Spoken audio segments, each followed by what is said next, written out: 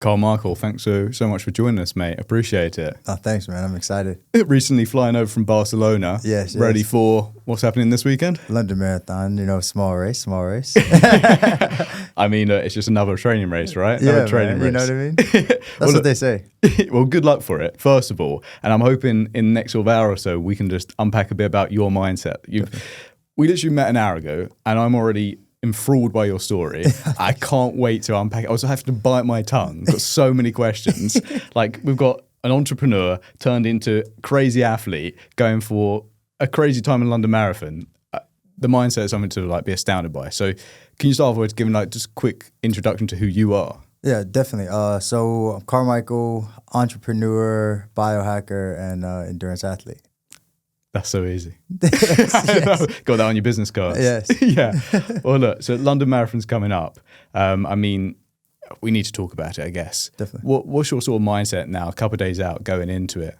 I think my mindset is be very calm, be patient, but also just push the limits as well, right? Yeah. I think with endurance, coming from I played American football, so coming from American football, it's like high intensity, high environment, and so I had to kind of change my mindset from that, because that's how I've always looked at sport, into more how do you push yourself in a calm way, like in a meditative state.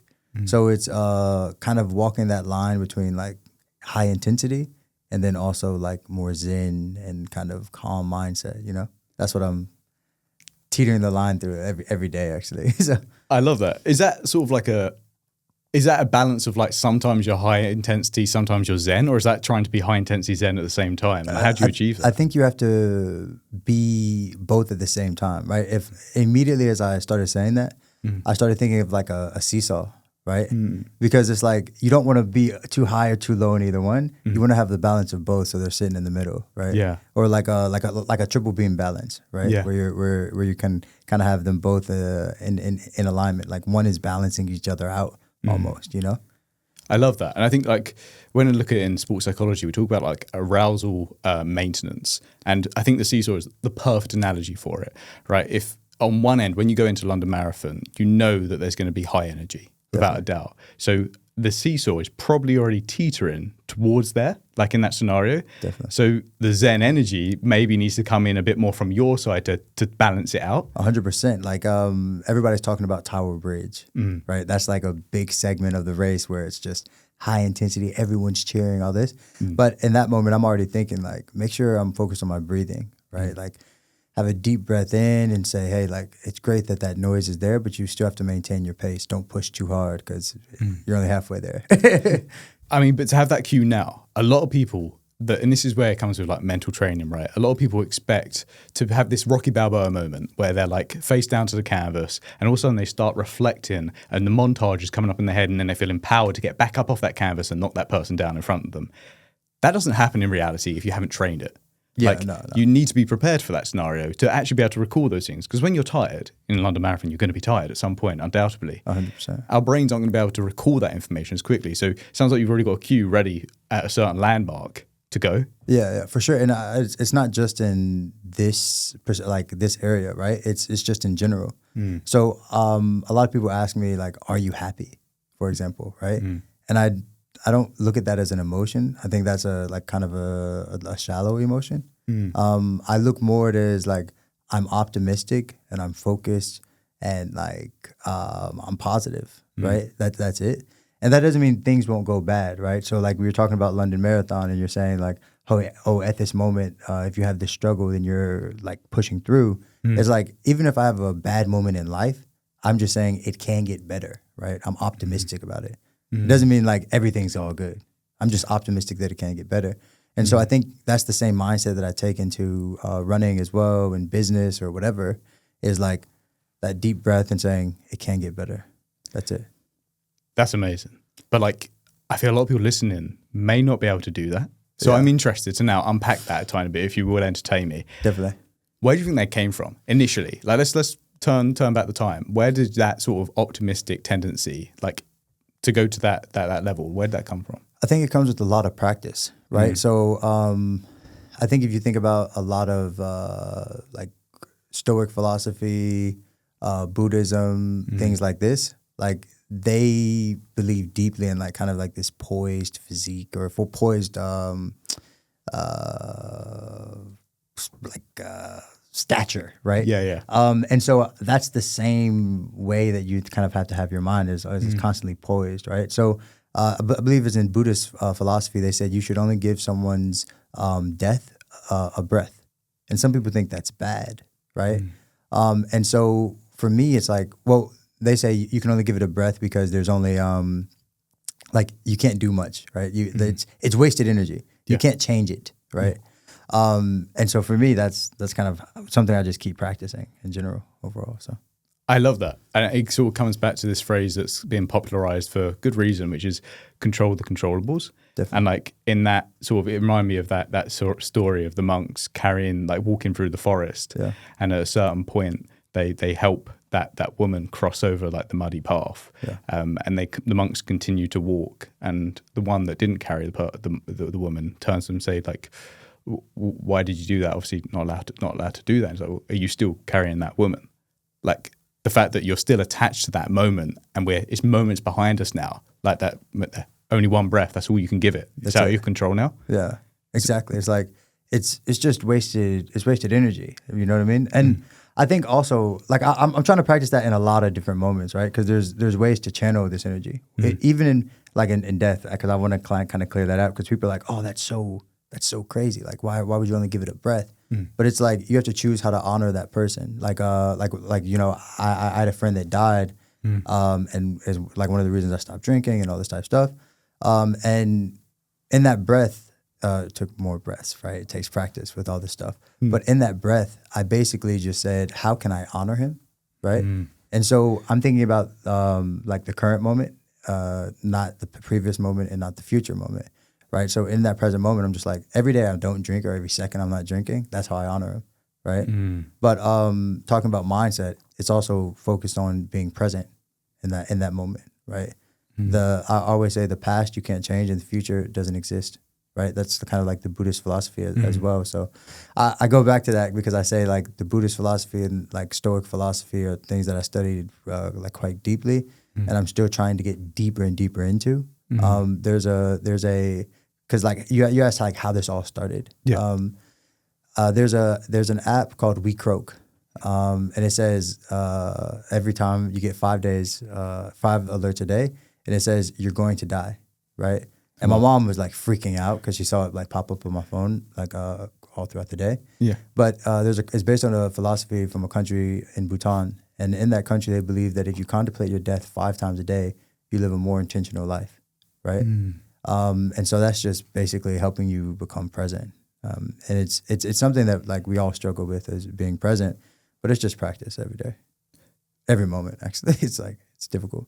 I love that because if I now take it from down a psychology angle, if you allow me, we get millions and millions of thoughts a day, right? Like thousands of thoughts. We cognitively choose to tune into a few in the relative scale.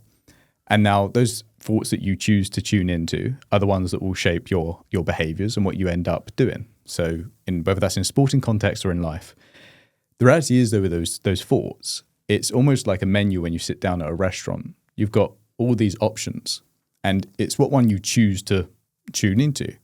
And now these thoughts are also distorted frequently. Like we don't always have rational thoughts. Right. Some can be distorted from maybe negative beliefs that we've built up from like our culture, our background, our way we've been raised by certain people. We have certain beliefs that create almost like a kaleidoscope in terms like when we look through life, we're always looking through this kaleidoscope. And how we interpret it is those thoughts that come through the fragments that the kaleidoscope creates. And the way that we distort things is sometimes a frequent one is to catastrophize. And especially when you're doing any feat of exercise, we always catastrophize. I think that's a really interesting way there. That app, it's almost like that is a mindful moment to put things into perspective and decatastrophize directly, being like, look, like we will die one day. Yeah. Like maybe that's extreme. Yeah. But it's not extreme. I think I always say this, like most people live in a fake world, right? The reality is we are going to die, actually. So that's not like bad. That's not something to run from. I think everyone believes that everything is forever and all this. Like that's like fairy tale language. It's nothing is forever, right? So you just have to genuinely believe that and live in that. That's I don't know. I just think it's a fairy tale of life when people are like, oh, like like in relationships, and for example, everybody's like, we're gonna be together forever. It's like, no, just like enjoy the moment with that person, continuously add value to them, just in that moment, and see where it leads to. But like nothing in life is forever. Pain, good moments, whatever. Everything's the same, actually. I love that. Again, because what you've done there is you're rationalizing things, right? Yeah. And that people are prone to all or nothing thinking, especially in this hustle culture world. It's like, I'm going to go all in or I'm not. Yeah. What you've sort of described there is cognitive flexibility, which is being able to be adaptable, being able to think about things not through such a rigid lens. Maybe there is some rigidity in it, but the rigidity is like, first of all, like sourced through like flexible, for being very flexible mindset, not being taking things as gospel almost, right? There is room for change and room for growth. And I think that mindset, interesting, it's almost like you had a catalyst event. You're talking about your friend, if you don't mind bringing that up again. For sure. And you spoke about that breath from the Buddhist sort of thing there. Rather than it being a single event, like the breath is something like almost like, what is the life you're now going to live moving forward? And that's the anchoring moment that when these hardships come, it's fostered this flexible mindset that you can go back and have that sort of, okay, well, that is the breath in which I chose to live my life as a result of this anchor moment, almost. Definitely. I think there's something interesting to explore there. So I'm curious, like, how does that sort of philosophy now follow you through, like, in other aspects of your life? Because we're talking about sport here, but the things overlap, right? I think it's also allowed me to have, like, I still have, like, long-term visions, right? But I don't get too caught up in the outcome of them. I just get more caught up in the work of everything. And I'm just like, I was talking to one of my friends the other day, and I said, like the process is the dream, right? The like you dream just to enjoy the process. You know what I mean? So like keep going through the work and keep challenging yourself and all that, because that's just how I live now, right? I just try to paint this picture in my head of like who I want to be down the line, and just focus on each moment to getting there, right? And you may be like, oh, but like the future doesn't exist, and yeah, I'm not like that concerned on the outcome. I'm just concerned on how I'm responding in that moment to get there. That's it, right? Like that. I think that's the biggest thing that it made me have like a much more like intentional mindset of being in that moment. Like even traveling, I'm traveling all the time, and people are asking me like, "Yo, what's your favorite place?" And I'm like, "Where I'm at." I'm enjoying where I'm at. Like I'm not. I mean, yeah, like other places are cool, but where I'm at now is amazing. You know. I love that. I think that process focus, like a lot of people, it's now being popularized for good reason as well. Like don't focus on the outcome, especially when it comes to sporting events. Focus on the process, because that's where you are right now. That's what's actually going to be the one foot after another. And you've got this mentality that I'm keen to explore. Can you sort of share more on that? Definitely. It's like it's 2% better. So do more. So do more than what's expected. And not the 1%. Not the 1%. Do 2%. Exactly, because you do more than what's expected, but you make sure it's sustainable. So a lot of people go 0 to 100 and they crash. I was like, it's obvious you're going to do that. You know what I mean? But 2% better is like the thing that's going to, you can do something every single day to get you closer to that vision. And that's just focus on the present moment. Like people are asking me, well, how do I eat better? It's like just every meal, try to choose something better. Like don't try to be like, oh, I'm going to eat clean for 60 days. Like, I mean, maybe, but like you should eat clean for the rest of your life. So just focus on, all right, for breakfast, I'm going to eat something clean. For lunch, I'm also going to do the same, but just make the decision when it comes there, but just operate with that mentality in mind. Right. And that's it. I think that's focused on the, like being present in the moment, but also making sure that you're like, it ultimately creates behavior change at some point where it's second nature. It's a bit like a lot of like the philosophy of some sort of James Clear's Atomic Habits, right? Yeah. And something that he always talks about is that 2-minute rule. It's funny, like a lot of people talk to me about these books. Some of these books I have never read in my life. And I say that because I think that everybody has to have independent thought and come to like their own thought process with it. Because with books, you can get so lost in like other people's thoughts. Like there's a book by Marcus Aurelius, Meditations. A lot of people have read that. And his thoughts are great. And you can get lost and be like, man, and you're like, that's how I think. But it's like, no, you need to come up with your own thoughts. And then, so a lot of people do tell me it's like Atomic Habits and all this other stuff. So it's cool because it's like, all right, I'm aligned with somebody, you know? Yeah. But then that's an interesting point as well. And I feel like a lot of people follow that where they take what people say, especially if it's from an authority figure or someone with like an influence that are following online with like as gospel. Like they take it and that is the way.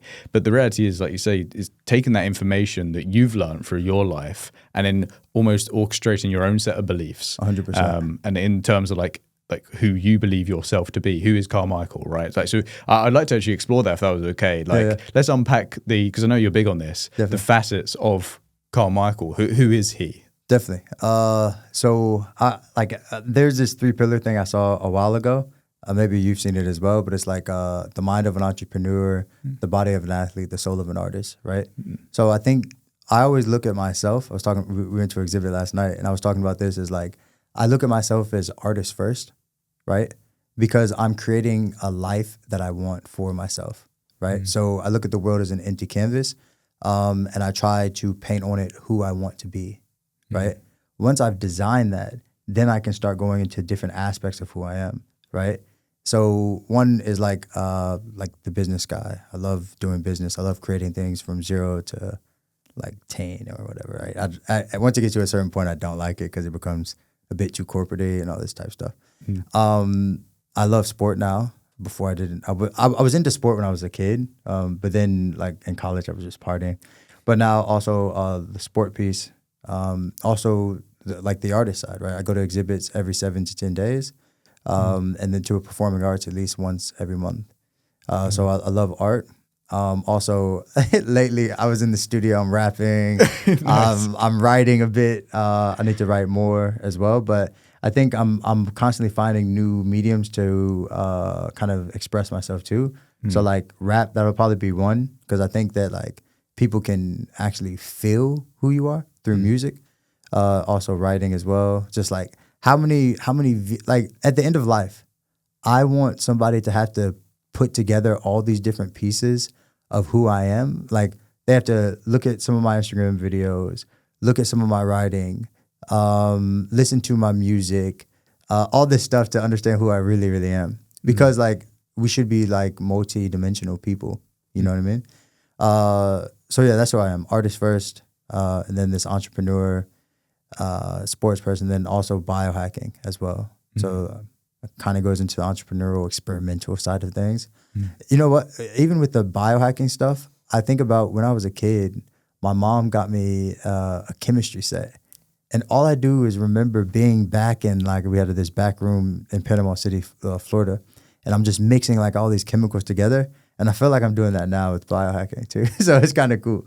I love that. Yeah. It's almost like that childlike wonderment. That sort of like, I think as a kid, like you're intelligently ignorant is what Les Brown said. Yeah. And I love that phrase. It's like you're so, the ignorance to the world allows you to actually explore things and be quite intelligent in what you uncover. It's actually crazy you say this, because one of my like statements, I guess, is you have to put yourself in childlike state, like constantly, right? So have the imagination of a child and the wisdom of an adult. I think that's how we should be living. You know what I mean? Like if we can keep that imagination of a child, like we're constantly dreaming and like we think nothing's impossible, right? That's the kind of like that ignorance, right? Which is good. You know what I mean? Like because you haven't been beaten up by the world or whatever. But I think that as you get older, the fact that you feel like you can do less is quite odd in life. If you're in a career, if you know more, you feel like you can do more, right? But like if your career is life, you should feel like, okay, cool. Like I already know so much of life. I can definitely be X, Y, and Z, like this superhero. Yeah. Because I've experienced more of it, you know? Yeah. We lose that though. That's why I think it's so important to have this imagination of a child. And going back to like the childlike state, putting yourself, maybe it's learning something new, trying something new. Maybe it's like editing a video, or for me, it was like I was learning Spanish. Nice. So like that put me in like, if you are learning a new language, you have to genuinely like put yourself in an infant. I can only read children's books, you know what I mean? So it's literally putting yourself in that state. So you have to find that like aspect of whatever life thing. Like I met this Uber driver. He was learning how to play the ukulele. Cool. And that was his childlike state, right? So everybody should, I think, find that as well in their life curriculum. So how does that apply to fitness and to, say, running, and how have you applied that? I think with running, man, I'm new to so much of it. I'm just trying to learn as much as possible. You know what I mean? I don't really look at anything, and going back to being present, with running, I'm just constantly trying to learn. You know what I mean? With like each workout, I'm like trying to say, okay, this tempo workout, how can I get better at this, right? Okay, fueling, that's an area I'm working on now. Like, okay, how do I get better at this? I need to be doing this, and just kind of experimenting with that, you know? It's just being a student of the sport, really. That's the main thing it's helped me do now. How about on like competition day, when you're actually in the challenge? Like, where does that sort of childlike state come out there? Or does it not? Or is it not needed in that? Is that an environment where it's not necessarily needed? I'm not going to lie, man. And when I'm in competition, I just honestly, if I'm being honest, sometimes that American football mindset comes into play. Yeah. Where I'm just like, man, you got to be a dog, bro. You got to go get it. You know what I mean? Yeah. Like, so yeah, I don't have the childlike state in that. I'm not gonna lie. Like after I can be reflective and be like, okay, how can I learn? And but when I'm in the race, I'm trying to be a dog, man. Who is that? What version of Carmichael was that? I'm interested. I was on the treadmill during my brother's wedding. Well, during the ceremony. Huh? Not during the ceremony. He would have been pissed, you know. But I was so tired, man, because I had been traveling and stuff. And one I talked about, I was thinking about like, bro, you got to be a dog. You got to be a dog. And I'm just yelling at myself mentally, like, you're not done yet. You're not done yet. Every K, you're not done yet. Because I told myself, my mind is more powerful than my body, 100%, right? So I just kept yelling at myself. Yeah, even like there was some people in the gym, and I was just like, "You're not done yet. Let's go!" Right? And I was pushing myself like that, right? So that's like the level of intensity I'm trying to approach every day, though, of life. But I'm also like, I'm pushing myself, but I'm also not like beating myself up. Yeah. Right. And I think that's the kind of if you go to the childlike state, it's the learning and student part, right? But I'm trying to push myself to the ultimate limit in every single way, with that intensity. Like I think the exterior, I'm definitely calm, but internally, I just want to go for it, man. I want to be a dog, bro. I'm curious, like, is there actually a name for that those two personas there? You know, it's crazy. So in college, I had a persona, but it was this dude named Chardarius. Okay, all right. Okay. Chardarius is just this hood dude. Yeah, right? yeah. He's a thug, man. he's a thug, bro. He's a legit thug, right? I think that's also some of my rap stuff, all that. Yeah. But I think Chardarius is that dog too. I would say that Chardarius is that dog too, because like I played American football, right?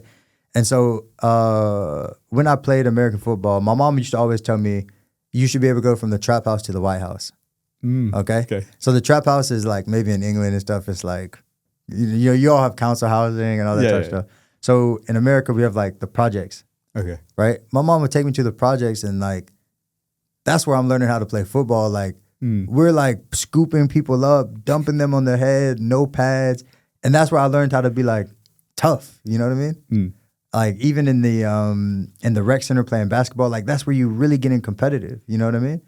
So I would say that dog, and if I had to name him, it would still be that Chardarius persona.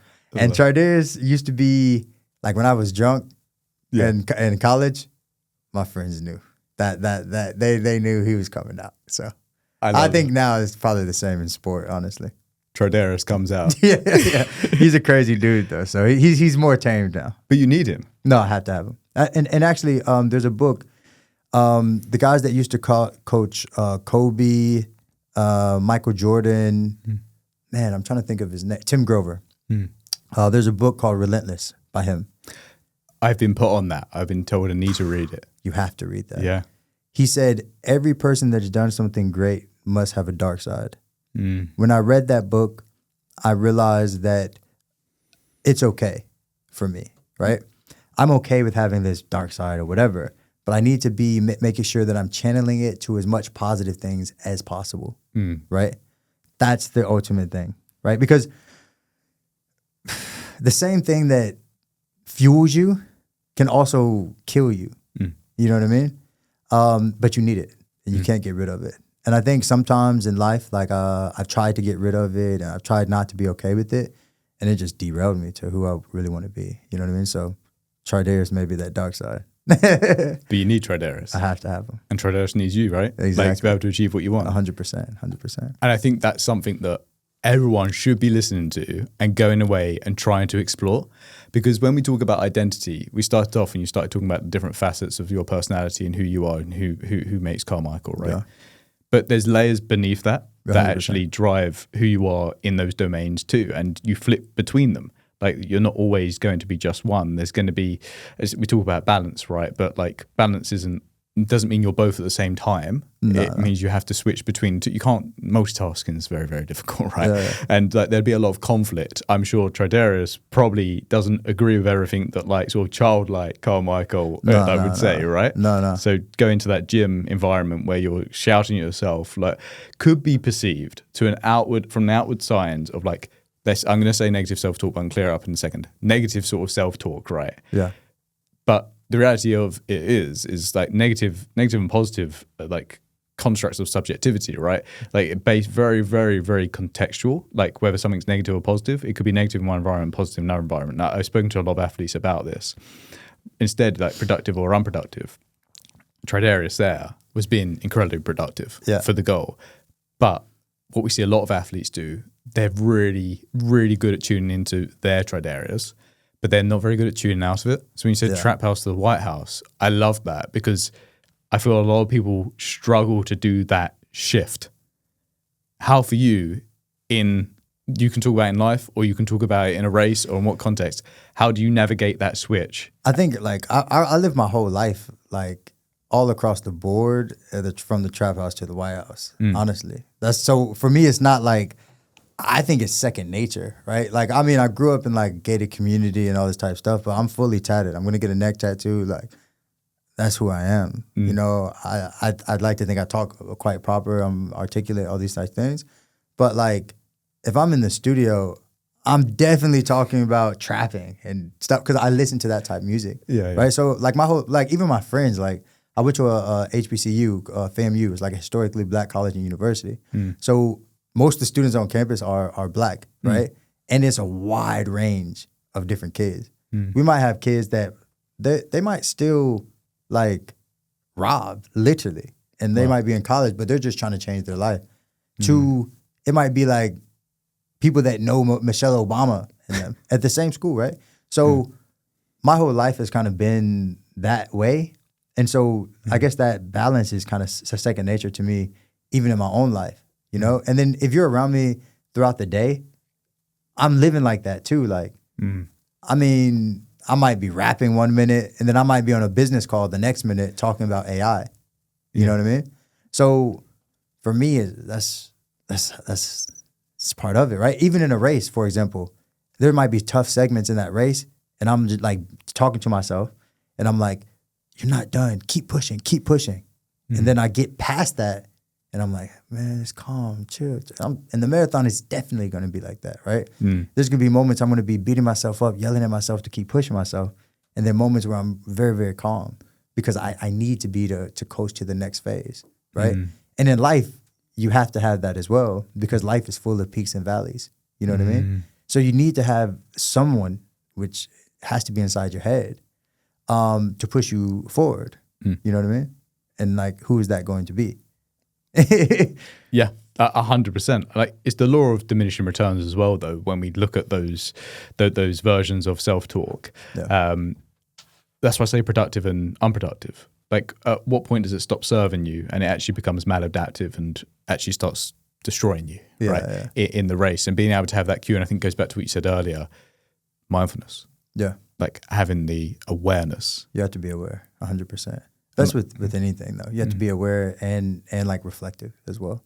Because like it may not show up until after the race. You're like, okay, where did that lapse hit me? It's like, I kept that mindset of push, like too long. I should have given that up and just been like a little bit more calm, got up this hill or got through these miles and then pushed more. Like, I mean, even in workouts, there's times mentally where I'm like, no, keep pushing. And I look down and I'm like, man, your pace is too fast. Like, what are you doing? You're going to burn out, you know? So it is just constantly having that balance, with yourself, you know? So something I'm keen to explore. You like your tech. You like your stats. Oh, yeah. I'm curious to see how that takes like place in the fitness world for you and like your journey as a runner. Like, are stats the best thing ever? Yeah. Are they the worst thing ever? Or is there a little bit more nuance to it? I think it is a bit of nuance, but I think if I have to say if it's better or worse, it's the best thing ever because it allows you to strategically talk about like your behavior patterns, right? Okay. So, for example, we were talking about like my sleep scores and stuff. I use Garmin, I use Ultra Human to measure like sleep, right? So those are two different data points, and sometimes they're varied, sometimes they're very close, whatever it may be. For sleep in particular, I try to lean on Ultra Human, right? But with that, it's like I'm noticing, say, heart rate drop we were talking about, and with that, I'm like, okay, if I eat at X time before bed, then I know my heart rate drop isn't as good as optimal as it could be. And if I do, then it's more optimal and that increases my sleep score. Typically, I'm a bit more sharp the next day, et cetera, right? So I think that data is great because it allows you to categorize different behavioral change. You know what I mean? Now, you still have to go based on how do you feel, but that's just a data point. You know what I mean? So that's why I say it's a little bit nuanced because how you feel matters, but it's not the end all be all, right? And I know some people are like, oh, it's like the end all be all, et cetera, et cetera. Like, no, it's not because like you could literally be dying and be like, oh, I feel great, right? Like a lot of people actually are, right? Right? They're like, oh, I feel pretty good this morning, but it's like, well, you have high visceral fat. You're in danger of like your like diabetes or you're in danger of whatever, like all these cancer or whatever. You wouldn't know if you didn't get tested. You wouldn't know if you didn't get tested and you didn't have the data, right? So that's why for me, with all the biohacking stuff I'm doing, which is translating into the running from like a performance perspective, is hypercritical, right? It's how I'm even selecting. One, I have goals, right? I say I want to optimize. Me personally, I'm optimizing for cognitive endurance and obviously athletic performance, but that performance is driven by recovery, right? Minimize and like inflammation and all that from like anti-aging standpoint. How do I slow down the rate of aging and have the highest level of performance possible? So everything is data driven for me. I'm starting with blood testing, and then I'm doing a lot of wearable data stuff in between. But I'm using that blood test to really understand what supplements I need, where I'm low, where I'm high, and then also the outcomes that I want, right? So we were talking about iron before. My iron levels were a little bit lower. Going in, they were like a little bit outside of the optimal stage to get the best out of altitude training. And so now I'm like, okay, cool. And I was using a different type of supplement and all these type of things. There's like so many variables. So now I got an iron supplement that I like, and I'm priming the tank, right? Even before I go for like 2 to 3 weeks before I even go up there, seeing where I'm going to be at, and then using it while I'm there. And we'll see if I'm like have any gains, right? So data to me is critical. And even just for the everyday person, not even just the athlete, right? You talk about HRV. A lot of people don't even understand that like their work stress is actually like terrible for their health. Even their relationships could be terrible for their health, right? There's so many indicators, especially when you're looking at data, because you might be like, man, like, I don't know why I feel like this. And it's like, well, your partner is actually like making your HRV like low or unbalanced or whatever.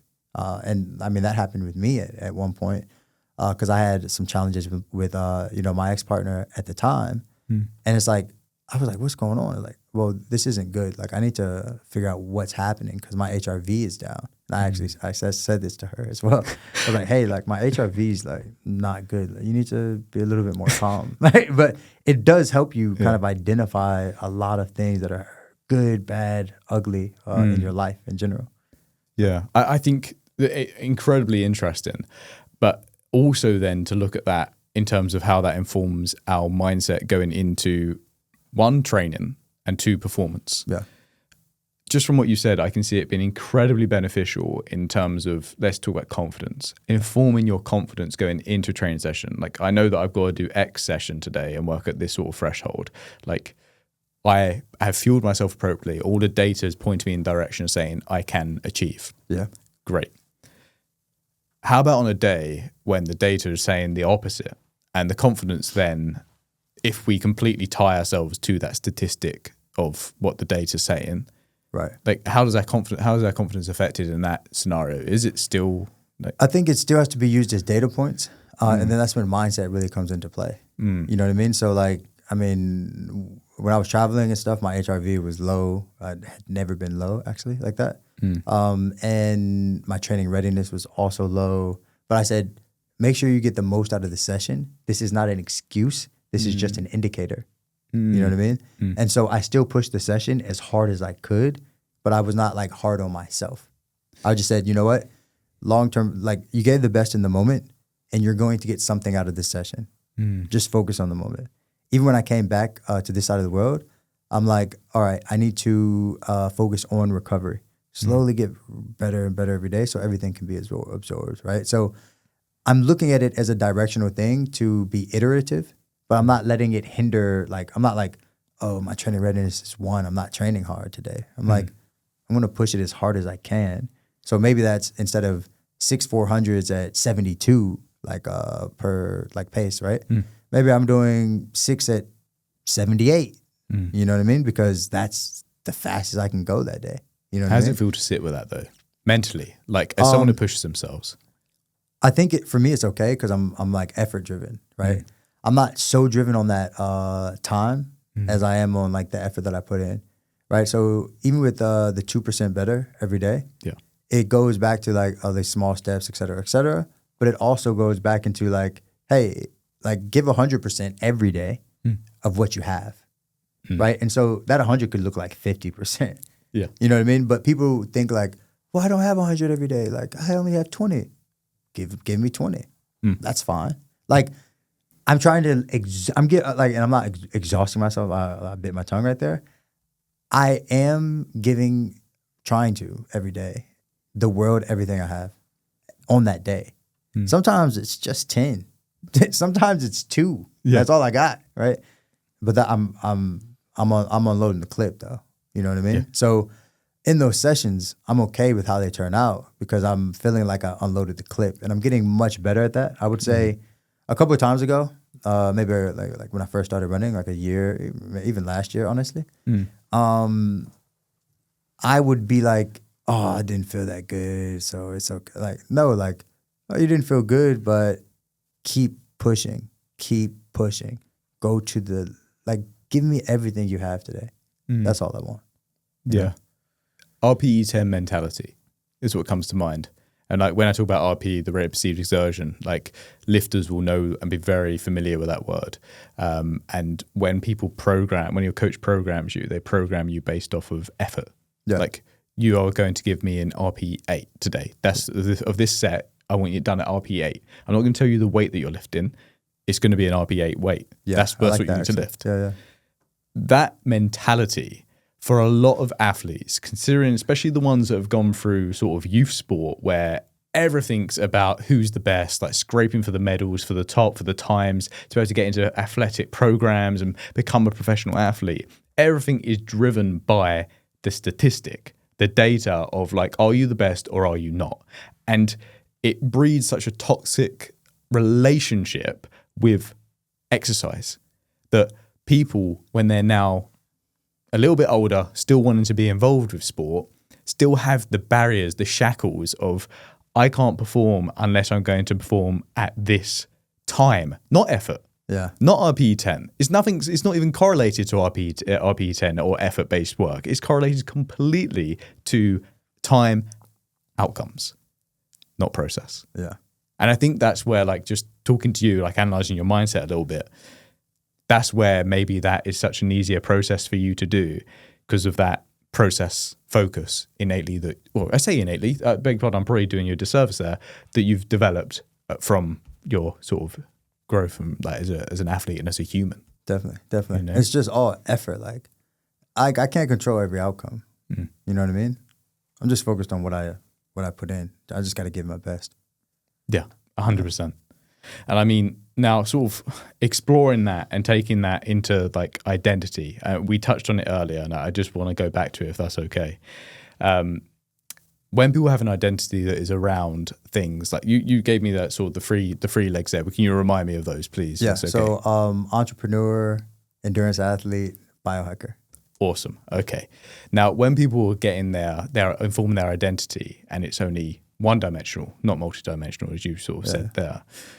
For them, if that's tied to the stat, when they finish the training session or finish the race, that's all they've got. They've got nothing to fall back on. Like that's it. Like, this is what informs me as, let's say, a runner.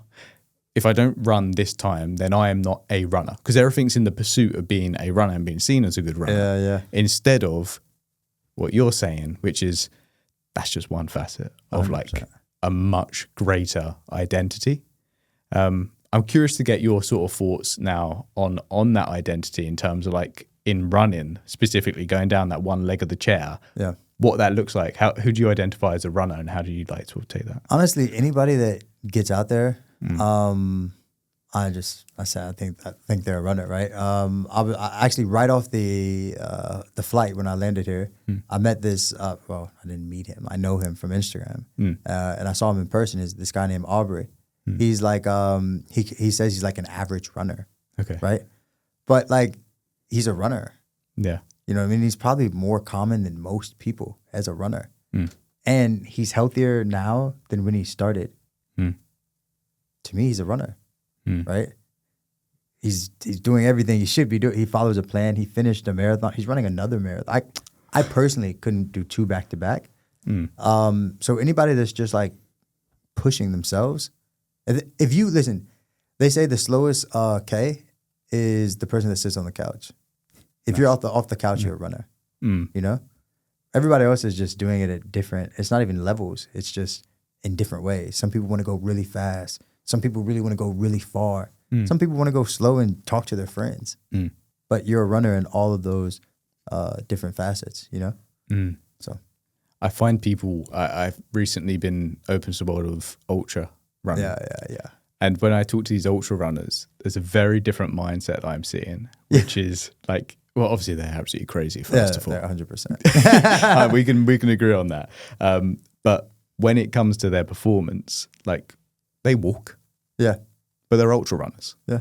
And now the word running is, okay, we can boil down to what the Oxford Dictionary definition of running is. And I should imagine there's probably, I don't know that off the top of my head, but I should imagine it probably doesn't involve the movement of walking. Yeah. But people narrow down what a runner is and who they believe themselves to be by, I can't walk. I can't, like walking is not, I can't do that. Yeah. But these ultra runners that are ridiculous are walking. And they're winning races, but walking. Crazy, right? Yeah. Like the turtle and like the tortoise and the rabbit, right? And the hare, sorry. Like there's a way to be able to, that identity doesn't have to be driven down into just, no, I have to run all the time to be that person. No. But also their reasoning for running is very different too. Definitely. It's about exploring 100%. And like going out there for enjoyment, as opposed to, like, they'd rather be in a trail than running around the streets of London. Yeah. I think I will get into ultra at some point. Because I did Kilimanjaro a couple of years ago. Oh, wow. That was crazy. And I think it unlocked something in me. I'm not ready to explore it just yet, but I really did like the multi-day excursion, sleeping on the side of the mountain, pushing myself into things that I felt like I shouldn't have, right? But I really like that a lot, actually. You know, and I want to do something like that again this year. But that world of ultra is like very, very interesting to me. Very interesting. I'm curious about your motivations and exploring them. For me, it's to see what's at the end of human potential. Okay. That's it. Right. And that's why I think it has to be sustainable. Because like it takes a long time to become good at anything. Right. And you have to continuously do it to be good. Right. You have to everybody talks about like these 10,000 hours and all these different things. So I'm just trying to see what's at the end of human potential, right? Whether that's like learning a language or pushing my body to the next limit or trying a new business or challenging my mind with art or whatever it may be. I'm just trying to see what's at the end of human potential. What are we really capable of at the end of the day? And in those different areas too, because I think when I hear this, and this may just be my bias coming out straight away, human potential, I think of like the best athletes in the world. And I'm thinking about like muscle upon muscle, like absolutely rapid. Like I'm thinking in terms of that regard. Right. But surely human potential, like we spoke about with these different identities, there's a lot more that you can push. Yeah. Like what areas you said about like the arts, I guess, like from that side, like enjoyment, how happy can someone actually be and how content can they? What's the pinnacle of human potential in that regard? Exactly. You know? Exactly. Like all of those, like even from something as simple as how can you not have like any real desires, right? And just be content, right? One thing that I did, I've been living nomadic like the last 6-7 years, and it's like I had to put all my stuff into one suitcase, everything. Right. And for like maybe a few years I was traveling. Now I have lots of running shoes, honestly. That's what takes up one suitcase. But before that, I lived out of one suitcase. I had 2 to 3 pair of pants, maybe 8 shirts or something. I was extremely happy. And I still prefer that, actually. Now I still try not to buy clothes. I buy shoes, maybe like a nice pair of shoes that I want, maybe like once a year, just wear them. It's fine. Except running, because running has like utility. The shoes have utility, but mostly I try to live like quite minimalistic as well. So it's like, how do you have no desires as well? You know, so that's another thing of like pushing the human potential of just like, how are you so content with just what you have? So I try to push it in all different ways, and most of it is just to challenge yourself. Like that's it. So what happens for you, like on like? Do you experience lulls in motivation? I don't really look for motivation as much. It's just discipline, right? It's just like the process. I treat every day the same. You know what I mean? So my days are pretty much designed in a few different categories, and I don't do anything more than 4 hours a day. So like I have mind and body, experimental learning, traditional work, and then community, right? So this is like content and stuff like this, or podcasts. It's like experimental learning, if you will. I'm learning something new. I'm chatting or something like that. Yeah. Community is like, okay, like I have a run club later, hanging out with them, stuff like that. Traditional work. I'm on my computer, so I don't look for motivation as much. I just like do my day because and the reason I say that is because one, motivation is very hard to find every day, you know. And it's like such an up and down emotion. Yeah. And then 2 is I thought about like, what is my perfect day every day? And the reason I did that was because you talk about death, like contemplating your death 5 times a day and blah, blah, blah. The reason I do that is I tell my dad, I said, hey, Dad, every day I leave my bed, I think it's going to be my last time. And one day I'm going to be right. So I want to live my perfect day every day. So if I am right, who cares? I lived my perfect day. It's okay.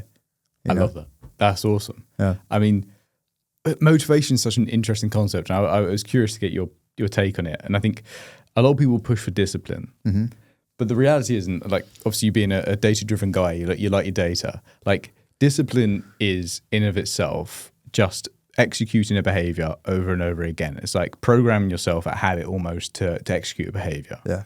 However, the precursor to habit, to discipline, is motivation. Like you need to be motivated to be able to initiate that action in the first place. Otherwise, it won't be programmed. Or forced motivation. Yeah, right? It needs to be meaning. Like, so for me, I have a lot of people around me that force me to do things. right? So I have like somebody that does meal prep for me. My coach is sending me my running plan. Like, so I'm not thinking about what I eat.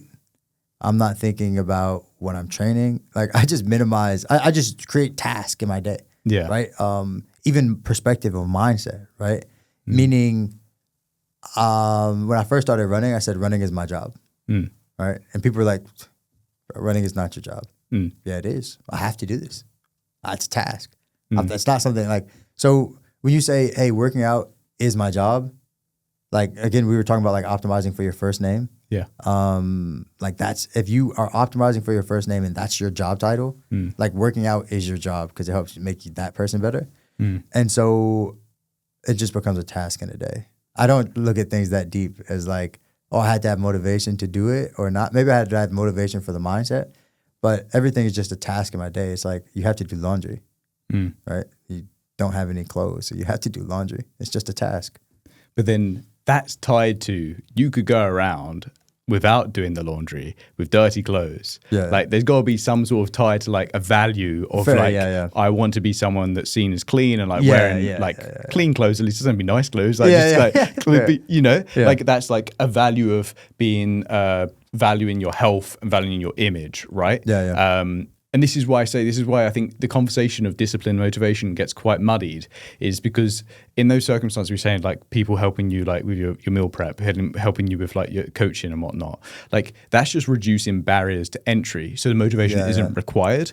Like that's almost like outsourcing part of the system. Like the system of execution of behavior is like there's this sequence results in me completing my day how I wish to complete it.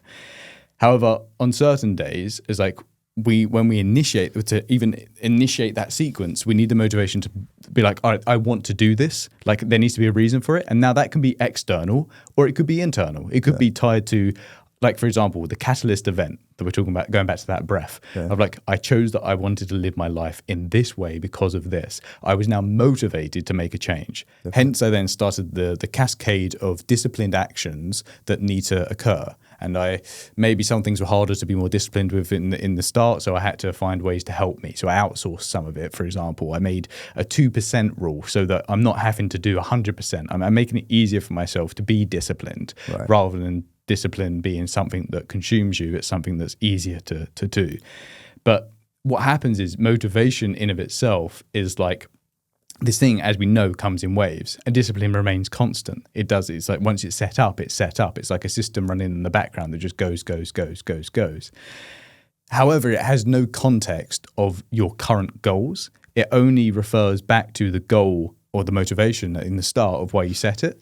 And what a lot of people end up doing, especially when it comes to like training for a marathon or any sort of feat of exercise, is the discipline that you set up to almost like this sequence of behaviors to start were as a result of the initial motivation of like the goal to do the marathon.